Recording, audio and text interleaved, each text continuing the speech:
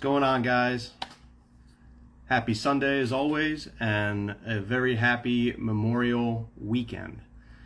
We're back with Gun of the Week, but before we do, I just want to quickly say that please remember what Memorial Day and Memorial Weekend is all about.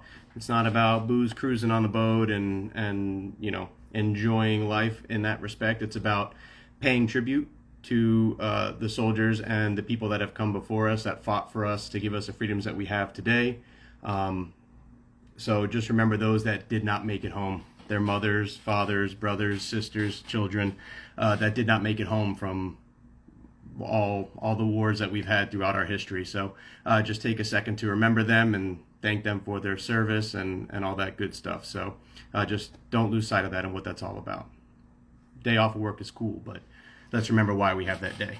All right, so with that out of the way, let's jump into Gun of the Week. And due to this Remembrance Weekend and Memorial Day coming up tomorrow, I felt it was appropriate to do Gun of the Week in a similar era and fashion of those who we wish to remember. So this is an M1 Carbine from 1943. It is original. It was passed down to me from my dad. For those of you who don't know me, my dad was super old, probably as old as your grandparents. But he actually was involved in World War II, believe it or not. He was a military MP. I believe he entered in 1943 or 44, and he was discharged as an MP, but he was discharged in 1945 after the war was over. So it was one of those, you know, hey, we got a war, let's go, everyone's coming. And then after the war was over, they're like, all right, good job, everybody, you're free now. So he was actually serving in the United States Army during World War II. So I believe his enlistment papers said he entered in 1943, but I'll have to double check on that. But he passes down to me. No, he didn't steal it from the military. He actually got this much later in life when the military started selling these bad boys to local law enforcement. And we'll talk more about that as we get going. But first things first, as always, we'll double check safety. Nothing in the magazine. Nothing in the chamber. It is empty and safe. So, I guess today we're going to have a little bit of a history lesson. I'll try to get this in frame as best as I can for you, but obviously having to shoot up and down instead of horizontally limits what I can get in frame.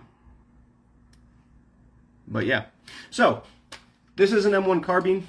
They were originally manufactured starting in 1941 by Winchester. Winchester came out with this originally, and then from then on, several different companies started making it to help with the war, for the war effort and help with manufacturing. So basically how that works, how you get a new weapon in the military is the Ordnance Department of the Department of Defense puts out to gun makers and manufacturers saying, hey, we need something and we need it to match this description, needs to fit this bill, needs to be light, needs to be so on and so forth. They give you a bunch of parameters, and essentially all the manufacturers try to come up with something and submit it to them for testing and hopefully to be chosen to be accepted in the United States military. So most recently, you guys would know that Sig Sauer just completed that process, I believe in 2017, where the M18 and the M17 and M18 P320 got initiated as the primary pistol, and I think they're also doing something with their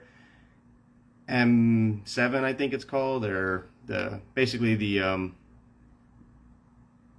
my god, I'm drawing a blank, but basically the SIG rifle, not the Rattler. Correct me in the comments. I know you know it. It'll come to me in a second, but for some reason it's eluding me. I had to memorize so much stuff for this, so I can't worry about that. MCX, SIG MCX, but they call it something different. Anyway, all right. So yeah, so it came out in 1941 where they came out with something lighter. They basically said they needed a light rifle. back in that time during World War II, they really had just the I mistakenly said M1 carbine, but it's M1 Garand. It was a 30-06. It was gigantic. I believe it was a 18 or 20-inch barrel. It was, again, 30-06, only held 8 rounds in a clip, a true clip.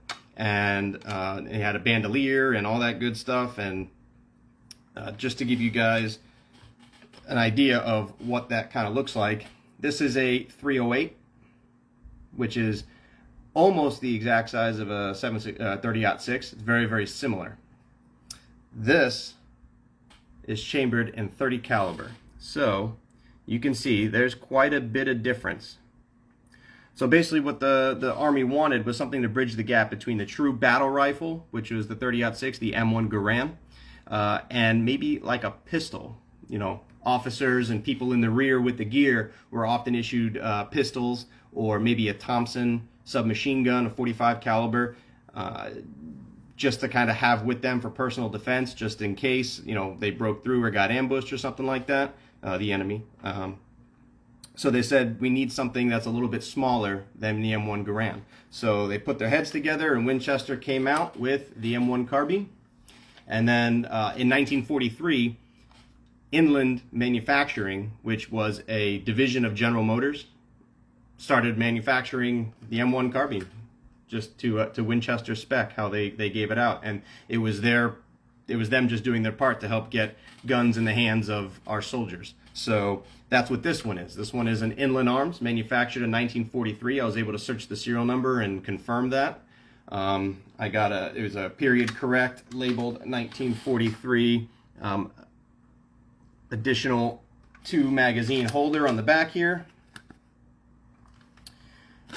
They originally came with a 15-round box magazine. So 15 rounds was obviously a whole lot better than what they had, which was 8 rounds at the time. So it was a bit better to have 15, right? Definitely more than the 45 caliber the 1911 A1 that only carried 7 rounds.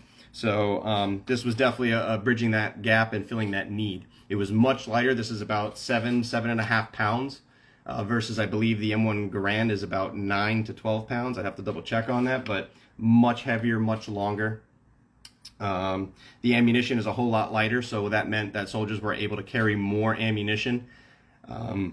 So it definitely fit the bill of what the military wanted at that time. The operating system is almost the same. It has a rotating bolt, just like the M1 carbine did. It would probably help if I took the magazine out. You can see how the bolt rotates. The M1 carbine, or the M1 Garand, operates the same way. So the M1 carbine operates similarly, which is nice. You have a very strange safety here. You push this all the way down and forward, and it would lock the trigger. And you pull it all the way back around, it would be on fire. I highly doubt that they did that back in the day, but whatever. You have your magazine release right here. You have your windage and an elevation adjustment on the rear sight and an aperture. It's going to be hard for me to try to focus that, but do my best. There's a rear sight aperture. Front sight is very similar to what you see on like an M16, right? It's got the 3 prongs, so it's got your front sight post and then the 2 wings. So essentially you would take the circle rear aperture and put the center sight post in the middle of the circle, and there's your aiming point. And press the trigger and fire 15 rounds. 15 rounds might sound like a lot back in World War II. Nowadays it's not that much, but after I can't remember when they did it. What did they say? It was either 1950 or 1954. They came out with the 30-round magazine. So this is what they used to call the banana clip back in that day, because again, guys in World War II actually said, hey, throw me a clip, I need a clip, because they were talking about a clip for their M1 Garand, which actually took a clip. These box-fed magazines, it was jargon, it was the lingo, and they said, hey, throw me that banana clip, and that's what kind of started it, because it was curved. But now this gave this bad boy 30 rounds. Then M2 version and the M3 version, one had a foldable stock. It was select fire, meaning you could flip it and put it to fully automatic and fire it fully automatic. So you definitely needed the extra 30-round magazines.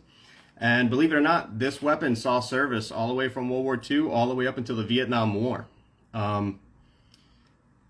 I read and I heard that people either loved it or hated it. They loved it because it was light and easy, but they did not like it because the 30 caliber cartridge just did not have the oomph or the put down power that the 30-06 at the time did. And moving forward to 308 and the Vietnam and all that stuff, 7.62 NATO, had a lot more stopping power for humans. This 30 caliber is essentially a beefed up 38 Special or 357 Magnum. It's a bit longer. I believe the dimensions are 7.62 by 33. That's the dimensions of this bullet. So just interesting. It's definitely an intermediate bullet between a pistol and a rifle. It's somewhere in, you know, the personal defense weapon. I know that airborne guys back in the day loved this because it was so much lighter and easier to move through the jungle as well as jump out of an airplane with, versus the M1 Garand being gigantic and almost as tall as some of the guys back then. But yeah, I have shot this when I was a kid. My dad and I would go to the range and I did shoot it. It was a very, very smooth and light recoiling shooting weapon. It was extremely accurate. Max effective range, it says, is between 200 to 300 yards. But, you know, as a kid shooting at 15, 20 yards, this thing was a nail driver. It was awesome. It was so comfortable. It was so nice to shoot. I believe they even this made its debut in The Walking Dead, I think. I can't remember. But one of the zombie movies, someone's rocking an M1 carbine and they're just, you know, saving the day, killing all the zombies with it. So its nostalgia still lives on to this day. But yeah, definitely an amazing shooting weapon. I love to shoot it, but now it is a collector's item to me. I keep it oiled and functional in the safe. Yes, if I ever needed to, the world comes to an end, I got ammunition, and I will go World War II on some butts if I need to. But yeah, hopefully that never comes to that. I have several other weapons I think I would grab instead of this one, but it's definitely nothing to take lightly. It'll do the trick, that's for sure. Something else that was interesting is the original M1 carbines from Winchester and stuff were not manufactured with a bayonet lug. They actually just left that out and said, hurry up, make them and ship them, get them in the hands of the soldiers. So what happened was after the war, they started just retrofitting all of them and putting bayonet lugs on all of them. And I believe how my dad got a hold of this one was when he was a police officer years ago. The military basically has a surplus division where they sell it to federal, state, and local law enforcement to help combat, obviously, crime and criminals. So they were able to buy these at the time.